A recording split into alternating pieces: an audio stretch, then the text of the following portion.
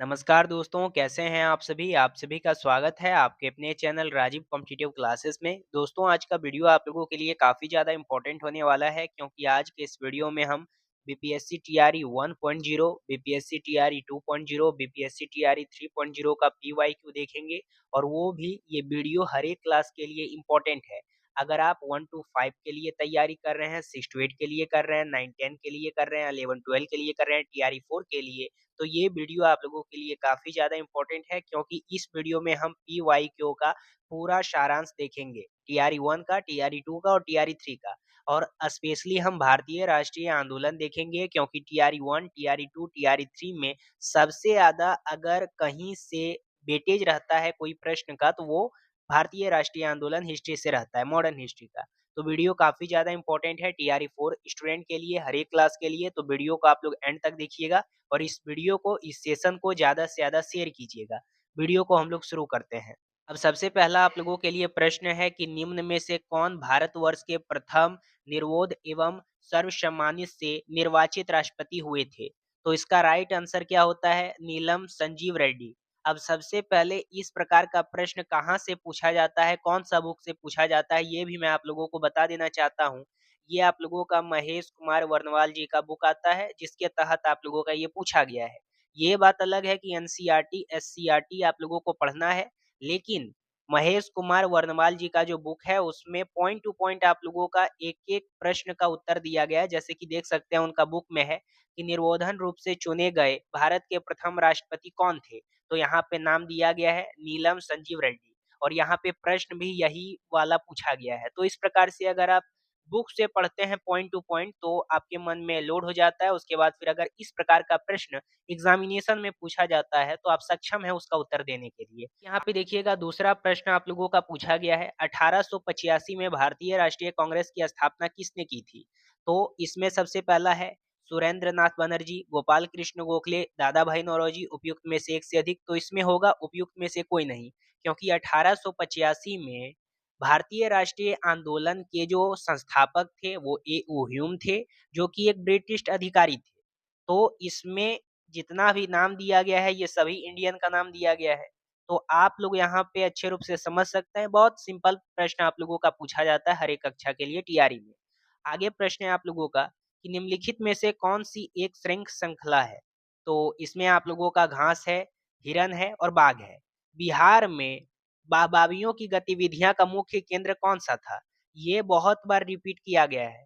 BPSC में अगर 69th civil service वाला एग्जामिनेशन होता है या 70s का होता है तो इन सभी प्रकार का प्रश्न पूछा जाता है हर बार और वही रिपीट कर दिया जाता है टीआरई में, टीआरई 1 में, 2 में या 3 में, कोई भी कक्षा के अंतर्गत भारतीय राष्ट्रीय आंदोलन में स्पेशली बिहार में वायुओं की गतिविधि का मुख्य केंद्र कौन सा था?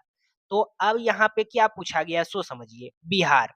अब इसमें उत्तर क्या क्या है ऑप्शन में? सबसे पहले जगदीशपुर है, चंपारण है, पटना है, उपयुक्त में से एक से अधिक है। तो इसका राइट आंसर पटना होगा। अब पटना किस घड़ी में होगा? तो यहाँ पे देखिएगा महेश कुमार वर्णवाल जी का जो बुक है उसमें हवाई आंदोलन के बारे में एक पॉइंट दिया गया है। उसके आधार पे आपको बता दिया गया है कि सैयद अहमद थे, राय बरेलवी थे इसमें, और इसका जो मुख्य केंद्र था ये पटना था। देखिए स्पष्ट रूप से मुख्य केंद्र लिखा गया है और वही बीपीएससी में प्रश्न घुरा के पूछ दिया है कि बिहार में हवाइयों की गतिविधि का मुख्य केंद्र कौन सा था? तो राइट आंसर आप यहाँ पे लगा देंगे कि मुख्य केंद्र पटना था तो पटना हो जाएगा। तो यहाँ पे देख सकते हैं महेश कुमार वर्णवाल जी का बुक में दिया गया है। आगे अगर हम लोग बढ़े तो यहाँ पे देखिएगा आगे आप लोगों का प्रश्न है कि बंगाल के विभाजन को किसके कार्यकाल में वापस लिया गया? तो अब इसका राइट आंसर होता है लॉर्ड हॉर्डिंग। अब यहाँ पे लॉर्ड कर्जन द्वारा वर्ष 1905 में किया गया बंगाल विभाजन वर्ष 1911 में लॉर्ड हॉर्डिंग के कार्यकाल में रद्द कर दिया गया। अब ये भी आप लोगों का एक पॉइंट में दिया गया है महेश कुमार वर्णवाल जी का बुक में, जो कि एनसीईआरटी का सार संग्रह आता है। यहाँ पे मैं किसी भी प्रकार का कोई भी बुक का प्रचार नहीं कर रहा हूँ। जो आप लोगों का पॉइंट टू पॉइंट बुक में स्पेशली इनके बुक में जो लिखा गया है एनसीईआरटी से जो लिया गया है या एससीईआरटी से लिया गया उसके आधार पे बता रहा हूँ। तो सबसे पहले 1905 में प्रस्ताव पेश किया जाता है बंगाल के तहत, क्योंकि उस समय हिंदू बहुल्य क्षेत्र हो गए थे, मुस्लिम बहुल्य क्षेत्र हो गए थे और जब अंग्रेज यहाँ पे आए थे तो अंग्रेज ने सीखा डिवाइड एंड रूल करना, यानी कि फूट डोलो और शासन करो की राजनीति। तो जिसके तहत जो मुस्लिम थे या फिर जो हिंदू थे, ये दोनों मिल रहे थे, और अगर ये दोनों मिल जाते तो दोनों की संख्या ज़्यादा हो जाती और ये आज़ादी के लिए योगदान अपना अधिक देते। इसीलिए बंगाल को काट दिया गया। किसके द्वारा प्रस्ताव पेश किया गया? लॉर्ड कर्जन के द्वारा। कब किया गया? 1905 में। उस समय राजकुमार आया था बंगाल में, कलकत्ता में। उसके बाद फिर 1905 में इसको अलग कर दिया गया था, लेकिन बाद में जब 1911 में लॉर्ड कर्जन वायसराय के बाद लॉर्ड हॉर्डिंग जब बंगाल के गवर्नर जनरल बने, तो इनके कार्यकाल में बंगाल विभाजन का जो पेश था उसको रद्द कर दिया गया और बंगाल बच गया। यहाँ पे आप लोगों का आगे प्रश्न है कि महात्मा गांधी के राजनीतिक गुरु कौन थे? देखिए, ये जो क्वेश्चन है ये हर बार रिपीट किया जाता है। जो बीपीएससी का टीआरई 1 वाला एग्जाम हुआ था, 2 में हुआ था, 3 में हुआ था, वहां पे ये प्रश्न पूछा गया था हर एक क्लास के लिए, जिसमें स्पेशली भारतीय राष्ट्रीय आंदोलन से प्रश्न आते हैं। उसके साथ जो सिविल सर्विस वाला बीपीएससी का एग्जामिनेशन होता है उसमें भी मॉडर्न हिस्ट्री से यहाँ से प्रश्न पूछ दिए जाते हैं कि महात्मा गांधी के राजनीतिक गुरु कौन थे। तो महात्मा गांधी के जो राजनीतिक गुरु थे ये गोपाल कृष्ण गोखले थे। इसको आप लोग याद रख लीजिएगा, रट लीजिएगा। कई बार एक ही सवाल को घुराया गया है मॉडर्न हिस्ट्री के अंतर्गत, क्योंकि बार बार क्वेश्चन जो है वो फरता नहीं है। भारत देश की अधिकतम अंतर्राष्ट्रीय सीमा है।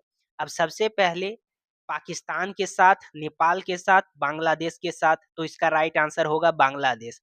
बांग्लादेश जो है ये भारत से चारों तरफ से घिरा हुआ है, ठीक है। यहाँ पे आप लोग इमेज में भी देख सकते हैं, जैसे कि इधर नेपाल है, इधर बांग्लादेश में नॉर्थ ईस्ट वाला जो सेक्शन आ जाता है इंडिया का, या फिर जो यहाँ पे आ, वेस्ट बंगाल आता है, उड़ीसा आता है, इसे घिरा हुआ है। ऊपर में देखिएगा सिक्किम भी है। तो पूरा नॉर्थ ईस्ट से और इधर नॉर्थ इंडिया से टोटल इधर चारों तरफ से बांग्लादेश घिरा हुआ है। इसलिए भारत देश का अंतरिम अंतर्राष्ट्रीय सीमा बांग्लादेश के साथ लगता है। भारत की 7 स्थानीय पड़ोसी देश हैं। सबसे पहला आप लोगों का बांग्लादेश है, दूसरा चीन है, पाकिस्तान है, नेपाल है, म्यांमार है, भूटान है, अफगानिस्तान है, और 2 समुद्री पड़ोसी हैं। कई बार एग्जामिनेशन में ये भी प्रश्न पूछ दिया जाता है एग्जामिनर के द्वारा कि बताइए भारत का जो 7 स्थानीय पड़ोसी देश है उसमें कौन सा समुद्री पड़ोसी है। तो आपको याद रखना है कि 2 समुद्री पड़ोसी है, पहला श्रीलंका, दूसरा मालदीव। जिसकी सीमाएं भारत से लगती है, जिसमें बांग्लादेश के साथ सबसे लंबी लगभग 4097 किमी और अफगानिस्तान के साथ सबसे छोटी यानी 106 किमी। तो आपको याद रखना है, सबसे बड़ा अधिकतम अंतर्राष्ट्रीय सीमा बांग्लादेश के साथ, सबसे छोटा आप लोगों का अफगानिस्तान के साथ। अब यहाँ पे आपको समझ में आ गया कि भारत का 7 पड़ोसी देश है। देखेंगे ये बीपीएससी टीआरई 3.0 का री एग्जाम देखेंगे। इससे पहले भी एग्जामिनेशन हुआ था जो रद्द कर दिया गया पेपर लीक के मामले में, फिर से री एग्जाम हुआ। तो अब यहाँ से हम प्रश्न देखेंगे। अब दिल्ली के लाल किले में आजाद हिंद फौज का प्रसिद्ध मुकदमा हुआ था। तो आजाद हिंद फौज का प्रसिद्ध मुकदमा कब हुआ था? 1945 में हुआ था। नवंबर 1945 में पहला मुकदमा शुरू हुआ जो मई 1946 तक चला। कहाँ हुआ था? दिल्ली में हुआ। कहाँ हुआ था? दिल्ली में हुआ, ठीक है। और किस पर हुआ? कैप्टन शाहनवाज खान मुस्लिम, कर्नल प्रेम सगद हिंदू और लेफ्टिनेंट कर्नल सिंह जो सिख थे, इन पे ये केस चलाया गया था। आरोप क्या था? देशद्रोह और ब्रिटिश सरकार के खिलाफ युद्ध छेड़ने के आरोप। और ब्रिटिश मंशा क्या थी? अंग्रेजों का इरादा इन अधिकारियों पर मुकदमा चलाकर आईएनए और सुभाष चंद्र बोस की छवि खराब करना था, लेकिन यह उल्टा पड़ गया था। प्रथम गोलमेज सम्मेलन के बारे में तो इसको आप लोग देख लीजिएगा, ये बीपीएससी टीआरई 3.0 री एग्जाम के तहत पूछा गया था। तो इससे कई बार एग्जामिनेशन में प्रश्न पूछे जाते हैं। जैसे पहला गोलमेज सम्मेलन नवंबर 1930 में हुआ था, जनवरी 1931 तक ये चलाया गया था भारतीय राष्ट्रीय आंदोलन के तहत। इसमें महात्मा गांधी और अन्य प्रमुख नेता थे। सविनय अवज्ञा आंदोलन के कारण भाग नहीं लिया गया, जिससे यह असफल रहा। दूसरा गोलमेज सम्मेलन सितंबर से दिसंबर 1931 के बीच में हुआ था। इसमें गांधी इरविन समझौता हुआ था, जिसको हम गांधी इरविन पैक्ट के नाम से जानते हैं। और गांधी जी कांग्रेस के एकमात्र प्रतिनिधि के रूप में शामिल हुए थे द्वितीय गोलमेज सम्मेलन में, लेकिन यह भी किसी ठोस समझौते पर नहीं पहुंचा। तीसरा गोलमेज सम्मेलन नवंबर से दिसंबर 1932 तक चला, जिसमें कांग्रेस अनुपस्थिति रही और यह भी सफल नहीं रहा।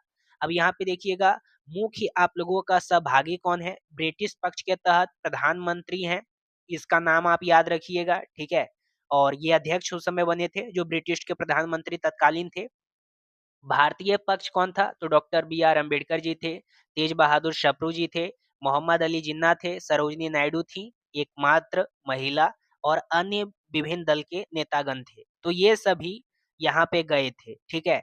अब इसमें तीनों गोलमेज सम्मेलन में 2 प्रमुख नेता थे, ठीक है, doctor B are Ambedkar ji और तेज बहादुर सप्रू, और उसके साथ दूसरा गोलमेज सम्मेलन में बस महात्मा गांधी गए थे, गांधी इरविन पैक्ट के वजह से। सुभाष चंद्र बोस किस वर्ष भारतीय राष्ट्रीय कांग्रेस के अध्यक्ष बने थे? तो सुभाष चंद्र बोस जो थे, ये भारतीय राष्ट्रीय कांग्रेस के अध्यक्ष कब बने थे? तो 1921 में भारत लौटकर बोस जो थे वो महात्मा गांधी और भारतीय राष्ट्रीय कांग्रेस के नेतृत्व वाले राष्ट्रवादी आंदोलन में शामिल हो गए।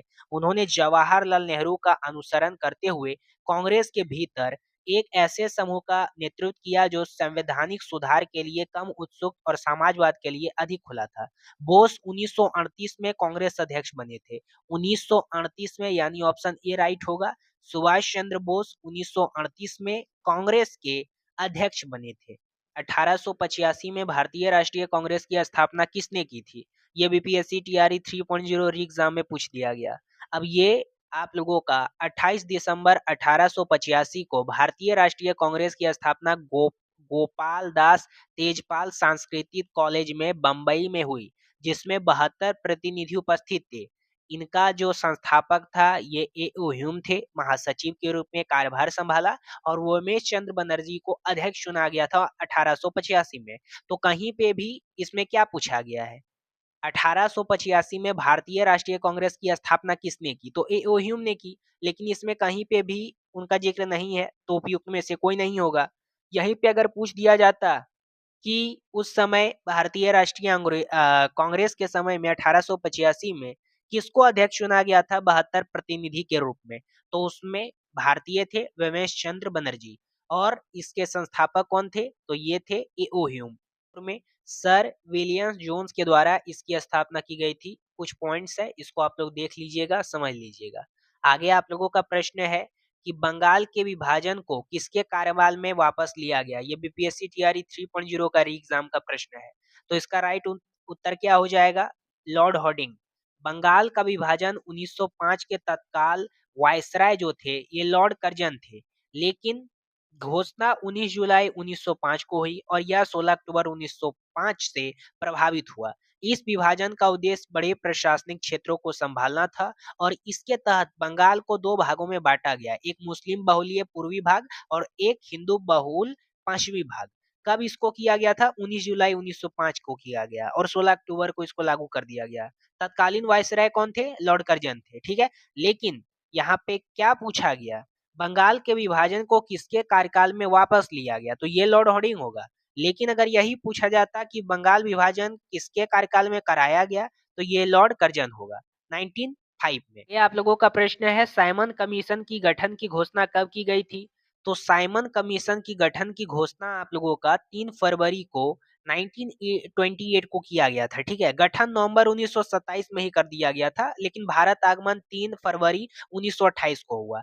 तो 1927 इसमें कहीं पे भी है? अगर है तो मार दीजिएगा टिक। 8 दिसंबर 1927 को गठन किया गया। अब बहुत सारे एग्जामिनर जो होता है वो प्रश्न को फंसाने के लिए आपसे प्रश्न पूछ दिया जाएगा कि साइमन कमीशन के गठन की घोषणा कब की गई? 8 दिसंबर 1947 पता है, लेकिन भारत आगमन कब हुआ था साइमन कमीशन का? 3 फरवरी 1928 को हुआ था। इसको अंग्रेजी में क्या कहा जाता है? व्हाइट कमीशन भी कहा गया है इसको। सदस्यता थे, जैसे कि इसमें हुआ क्या था, इसमें कोई भी अंग्रेज, मतलब इसमें कोई भी इंडियन नहीं थे, सारे के सारे अंग्रेज थे। इसी कारण से जब यहाँ पे वो आए थे तो देशव्यापी हड़ताल हुआ था यहाँ पे। साइमन गो बैक के नारे लगे थे, और भारतीय लोगों के द्वारा साइमन कमीशन को व्हाइट कमीशन कहा गया था, क्योंकि उसमें 7 सदस्य थे और सातों के साथ ब्रिटिश थे, कोई भी इंडियन नहीं थे। ये प्रश्न कई बार पूछा जाता है, बिहार दिवस कब मनाया जाता है? तो बिहार दिवस कब मनाया जाता है सभी लोगों को पता है। पृथ्वीकरण गठन 22 मार्च 1912 को भारत सरकार अधिनियम 1912 के तहत बिहार और उड़ीसा को बंगाल से अलग कर एक नया प्रांत बनाया गया, जिससे बिहार की अपनी अलग पहचान बनी। स्थापना दिवस अगर पूछा जाता है तो टिक मारिएगा 22 मार्च को। 22 मार्च को स्थापना हुआ था बिहार का, ठीक है।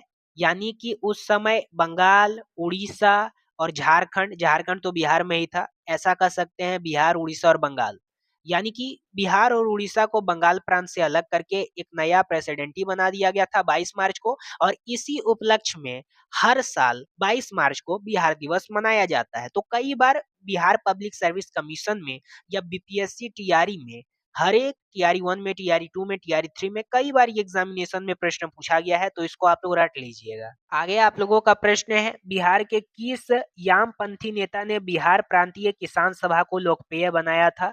नाम बताइए। तो इसमें आप लोगों का नाम यहाँ पे दिया गया है। बिहार के किस वामपंथी नेता ने बिहार प्रांतीय किसान सभा का लोकप्रिय बनाया था? तो ये बीपीएससी टीआरई 3.0 री एग्जाम में का प्रश्न है। अब इसमें सबसे पहले आप लोग प्रश्न को समझिए और उत्तर दीजिए। सबसे पहले स्वामी सजानंद सरस्वती, उन्होंने 1929 में बिहार प्रांतीय किसान सभा बीपीकेएसए का गठन किया और जमींदारों के खिलाफ किसानों के कब्जे के अधिकार, ऑक्यूपाई राइट के लिए आंदोलन का नेतृत्व किया, जिसके यह पूरे भारत के किसान आंदोलन का आधार बना। अब यहीं पे बहुत सारे ऐसे प्रश्न होते हैं जो एग्जामिनर फंसा देता है अभ्यर्थियों को, और अभ्यर्थी जो होते हैं वो गलत आंसर दे के आ जाते हैं। अब इसमें क्या पूछा गया कि बिहार के किस यामपंथी नेता ने बिहार प्रांतीय किसान सभा का लोकप्रिय बनाया? अब इसमें ऑप्शन क्या है? पहला ऑप्शन है ज्ञानंद शर्मा, वधवा राम, पीसी जोशी, उपयुक्त में से एक से अधिक, उपयुक्त में से कोई नहीं। तो राइट आंसर आप क्या मारिएगा? Gyanand Sharma. Right answer A हो जाएगा। लेकिन वास्तव में बिहार प्रांतीय पांती नेता जो थे, बिहार प्रांतीय सभा का जो गठन किए थे बिहार में बीपीकेएस से, वो किए थे स्वामी सजानंद सरस्वती 1929 में। लेकिन इनको यहाँ पे ऑप्शन में नहीं डाला गया, डाला किसका गया है? दयानंद शर्मा को, क्योंकि ये भी एक नेता थे इसी के तहत। तो अगर प्रश्न में ये पूछ लिया जाता है कि आनंद शर्मा को हटा करके अगर स्वामी सहजानंद सरस्वती पूछ लिया जाता, तो आपको राइट आंसर वो लगाना है, ना कि आप उपयुक्त में से कोई नहीं लगाइएगा। अगर ज्ञानंद शर्मा और अगर आप लोगों का स्वामी सहजानंद सरस्वती दोनों का नाम इसमें दिया जाता है, तो उपयुक्त में से एक से अधिक डालिएगा। तो इस प्रकार का प्रश्न कई बार एग्जामिनेशन में पूछा गया है, तो आपको ध्यान रखना है एक्सप्लेनेशन के साथ। अप्रैल 1929 को क्या किया गया था? भगत सिंह और बटुकवेर दत्त के तहत, दोनों के तहत केंद्रीय विधानसभा में मीटिंग चल रहा था, उसी में ये गए थे और हानेरित बम फेंके थे। तो ये बीपीएससी टीआरई 3 का प्रश्न पूछा गया है, इसको आप लोग याद रखिएगा। अब इसमें आप लोगों का यहाँ पे प्रश्न में उत्तर क्या दिया गया है, ऑप्शन क्या दिया गया है? पहले बटुकेश्वर दत्त, ज्योतिन दास, चंद्रशेखर आजाद, उपयुक्त में से एक से अधिक, उपयुक्त में से कोई नहीं। तो राइट आंसर मार दीजिएगा बुकेटवर दास। अगर इनका नहीं रहता नाम, तो भगत सिंह अगर रहता तो भगत सिंह का टिक लगाते। अगर दोनों का नहीं रहता तो उपयुक्त में से कोई नहीं होता। अगर दोनों का रह जाता तो उपयुक्त में से एक से अधिक होता।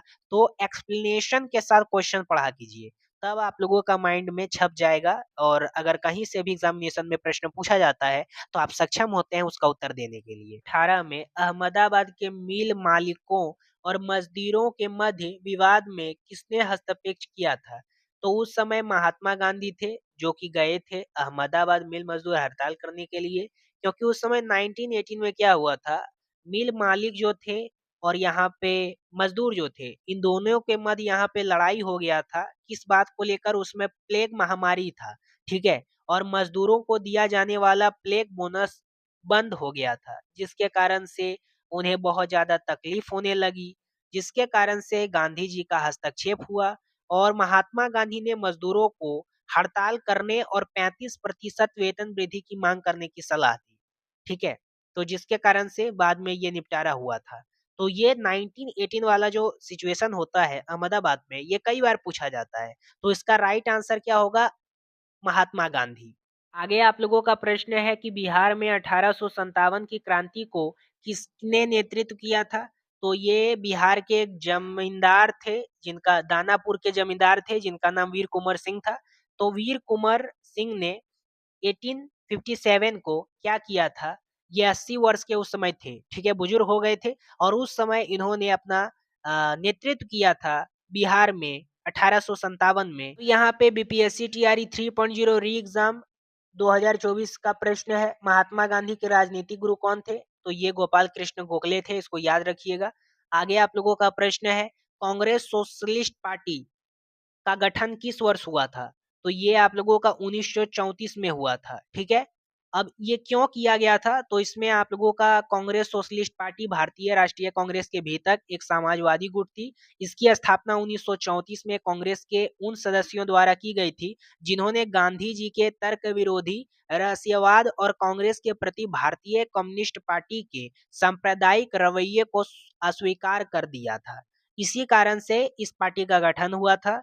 ठीक है, ये इनके बात से सहमत नहीं थे, इसलिए 1934 में इन्होंने अपना अलग पार्टी बनाया था, जिसका नाम रखा कांग्रेस सोशलिस्ट पार्टी, सीसीएम। इसमें पूछा गया है कि किसके नेतृत्व में संथाल विद्रोह 1855 से लेकर के 1856 में हुआ था? तो इसका राइट आंसर क्या हो जाएगा? उपयुक्त में से कोई नहीं, क्योंकि जो 1855 से लेकर के 1856 में विद्रोह किया गया था, संथाल विद्रोह के नाम से जो जाना जाता है, ये दो भाई थे। दो भाई का नाम क्या था? पहला संधू था और दूसरा कानू था। ठीक है, सिंधु कानू मुर्मू थे। ये दोनों भाई बिहार के थे, तत्काल बिहार के, अभी झारखंड में है। ठीक है, तो इसमें ऑप्शन में क्या दिया गया है? उपयुक्त में से कोई नहीं, राइट आंसर। आगे आप लोगों का प्रश्न है कि पूना समझौता पर हस्तक्षेप कब किए गए? तो पूना समझौता पे जो हस्तक्षेप हुए थे, ये आप लोगों का हुआ था कब? इसको हम लोग आगे देखेंगे। आगे आप लोगों का प्रश्न देखते हैं। 5 मार्च 1931 को कौन सी महत्वपूर्ण घटना घटी? तो इसका राइट आंसर क्या हो जाएगा? 64 का। 64 का राइट आंसर हो जाएगा ए, गांधी इरविन समझौता, जिसको हम गांधी इरविन पैक्ट के नाम से जानते हैं। ये 5 मार्च 1931 को हुआ था, गांधी इरविन समझौता। इसके तहत आप लोगों का महात्मा गांधी का डिमांड था, 12 डिमांड था, जिसको पूरा करना था, लेकिन नहीं किया गया था। बाद में इसको लेकर समझौता हुआ, ठीक है, लेकिन इसमें बात नहीं बनी थी 5 मार्च 1931 में। आगे आप लोगों का प्रश्न है, बिहार यूथ लीग का गठन कब हुआ था? तो इसका राइट आंसर क्या हो जाएगा? 65 का। 65 का राइट आंसर हो जाएगा 1928। अब 1928 में बिहार यूथ लीग का गठन हुआ था। इसके स्थान कहाँ था इसका? तो ये आप लोगों का मोतिहारी था। कहाँ था? मोतिहारी था। और इसके संस्थापक कौन थे? संस्थापक प्रोफेसर ज्ञान थे। किसका? प्रोफेसर ज्ञान महा। आगे आप लोगों का यहाँ पे प्रश्न है, 6 अप्रैल 1930 को चंपारण में नमक सत्याग्रह का नेतृत्व किसने किया? तो राइट आंसर इसका क्या हो जाएगा? 66 का। 66 का राइट आंसर हो जाएगा ए, बिपिन बिहारी वर्मा। याद रखिएगा, बिपिन बिहारी वर्मा के द्वारा 6 अप्रैल 1930 को बिहार के चंपारण में नमक सत्याग्रह का नेतृत्व किया गया था। आगे आप लोगों का प्रश्न है, पूना समझौता पर हस्तक्षेप कब किए गए? तो आप लोगों का यहाँ पे 67 का प्रश्न है। 67 का राइट आंसर आप लोगों का हो जाएगा ए, 24 सितंबर 1932 को पूना समझौता का हस्ताक्षर किया गया था। ठीक है, ये किनके किनके मध्य हुआ था? महात्मा गांधी और doctor B are Ambedkar ji के मध्य हुआ था, 24 सितंबर 1932 को। राइट आंसर ए हो जाएगा। आगे आप लोगों का प्रश्न है, 1857 के विद्रोह में बिहार का नेतृत्व किसने किया था? तो 1857 में जो बिहार के नेतृत्व किए थे, ये याद होना चाहिए, बाबू कुंवर सिंह थे। ये उस समय 80 वर्ष के थे और अंग्रेजों से लड़े थे 1885, मतलब 1857 में। कहाँ पे बिहार का नेतृत्व किए थे, विद्रोह किए थे? आगे आप लोगों का प्रश्न है, भारतीय राष्ट्रीय कांग्रेस के किस अधिवेशन में चंपारण समस्या चर्चा का विषय बना? तो राइट आंसर इसका क्या हो जाएगा? 69 का। 69 का राइट आंसर ए हो जाएगा, कलकत्ता 1911 में। फिर आप लोगों का आगे प्रश्न है, मसूर नारा इनकलाब जिंदाबाद किसने दिया? तो इसका राइट आंसर क्या हो जाएगा? तो बहुत सारे यहाँ पे जो अभ्यर्थी होते हैं वो सोचते हैं कि मसूर नारा जो इनकलाब जिंदाबाद का नारा है, उन्होंने तो भगत सिंह दिया था। तो भगत सिंह, तो ऑप्शन में कहीं पे भी भगत सिंह नहीं है, तो राइट आंसर क्या मार देंगे? उपयुक्त में से कोई नहीं, तो राइट आंसर आपका गलत हो जाएगा, क्योंकि मसूर नारा इनकलाब जिंदाबाद का नारा किसने दिया था? हसरत मोहानी दिया था। कौन दिए थे? हकीम, यहाँ पे हसरत मोहानी। राइट आंसर सी हो जाएगा। पूछा गया कि झारखंड क्षेत्र में उलगुलान विद्रोह के नायक थे, तो झारखंड क्षेत्र में उलगुलान विद्रोह के नायक कौन थे? तो इसका राइट आंसर आप लोगों का क्या हो जाएगा? इसका राइट आंसर आप लोगों का क्या हो जाएगा? 7 का। 7 का राइट आंसर हो जाएगा ए, बिरसा मुंडा। बिरसा मुंडा जो थे, ये उलगुलान विद्रोह के नायक थे। आगे आप लोगों का प्रश्न है, भगीरथ मांझी के नेतृत्व में सफाहर आंदोलन किस जनजाति से संबंधित था? तो इसका राइट आंसर क्या हो जाएगा? 8 का। 8 का राइट आंसर हो जाएगा बी, संथाल। 9 में है, ब्रिटिश काल में भारतीय उद्योग के पतन का कारण क्या था? तो 9 का राइट आंसर हो जाएगा डी, उपयुक्त में से एक से अधिक। आगे आप लोगों का यहाँ पे प्रश्न है, देख लीजिएगा।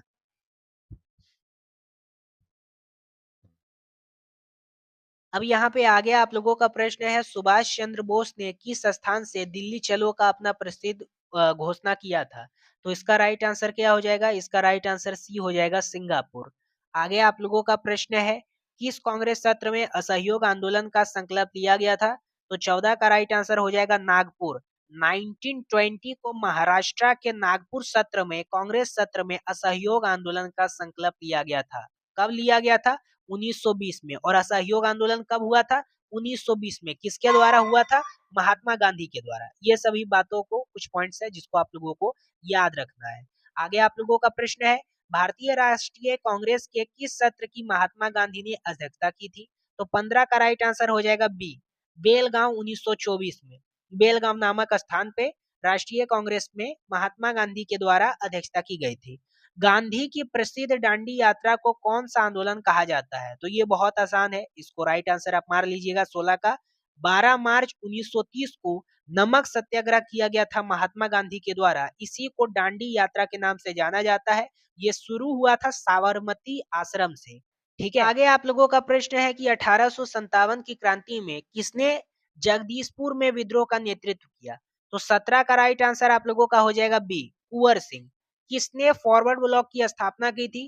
तो 18 का राइट आंसर आप लोगों का हो जाएगा बी, सुभाष चंद्र बोस ने। उसके साथ आप लोगों का है कि किसने स्वराज हमारा जन्म सिद्ध अधिकार है रचना किया था? तो राइट आंसर आप लोग जानते हैं, 19 का राइट आंसर हो जाएगा ए, बाल गंगाधर तिलक ने। 19 का राइट आंसर है। 20 का है कि किसने अवध किसान सभा की स्थापना की थी? तो 20 का राइट आंसर आप लोगों का हो जाएगा ए।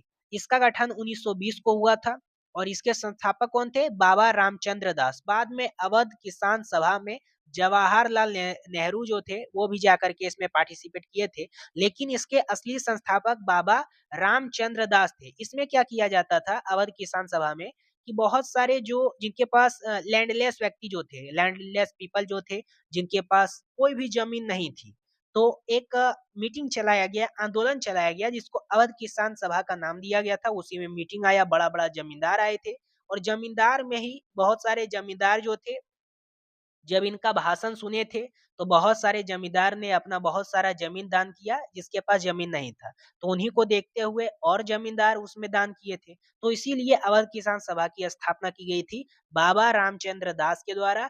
बाद में जवाहरलाल नेहरू भी इसमें पार्टिसिपेट किए थे। ये दो जो बिंदु है इसको आप लोग याद रखिएगा। आगे आप लोगों का प्रश्न है, आनंद मठ की रचना किसने की थी? आनंद मठ की रचना किसने की थी? तो इसका राइट आंसर क्या हो जाएगा? बंकिम चंद्र चटर्जी। बंकिम चंद्र चटर्जी ने आनंद मठ की स्थापना की थी। कब किया था? 1882 में, मतलब लिखा था आनंद मठ। ये क्यों लिखा गया था? अंग्रेजों के बारे में कुछ लिखा गया था, ठीक है, तो ये 1882 में लिखा गया था। उसके बाद आगे प्रश्न है कि भारतीय उपमहाद्वीप के उत्तर पश्चिम क्षेत्र में सविनय अवज्ञा आंदोलन के नायक कौन थे? तो 22 का राइट आंसर आप लोगों का हो जाएगा सी, अब्दुल गफ्फर खां। 23 का है, कौन सा स्थान खाजा नामक मिष्ठान के लिए प्रसिद्ध है? तो 23 का राइट आंसर हो जाएगा ए, सिलाव। भागलपुर क्षेत्र प्रसिद्ध है, तो 24 का राइट आंसर हो जाएगा ए, कॉटन एवं शिल्प उद्योग के लिए। आगे आप लोगों का प्रश्न है, निम्न में से कौन सा युग्म सही है? तो 25 का राइट आंसर आप लोगों का यहाँ पे हो जाएगा डी, उपयुक्त में से एक से अधिक। कहां पर सर्वप्रथम छपाई तकनीकी का विकास हुआ था? तो 26 का राइट आंसर क्या हो जाएगा? ए, चाइना में। चाइना में सबसे पहले पेपर का हुआ था आविष्कार, फिर छपाई का आविष्कार हुआ, फिर पूरे देश में गए, ठीक है, इस प्रकार से। फिर 27 का है कि 1917 में कलकत्ता में प्रथम भारतीय जूट मिल की स्थापना किसने की थी? तो इसका राइट आंसर आप लोगों का 27 का हो जाएगा, जो 27 का राइट आंसर हो जाएगा ए, सेठ हुकुम चंद्र के द्वारा।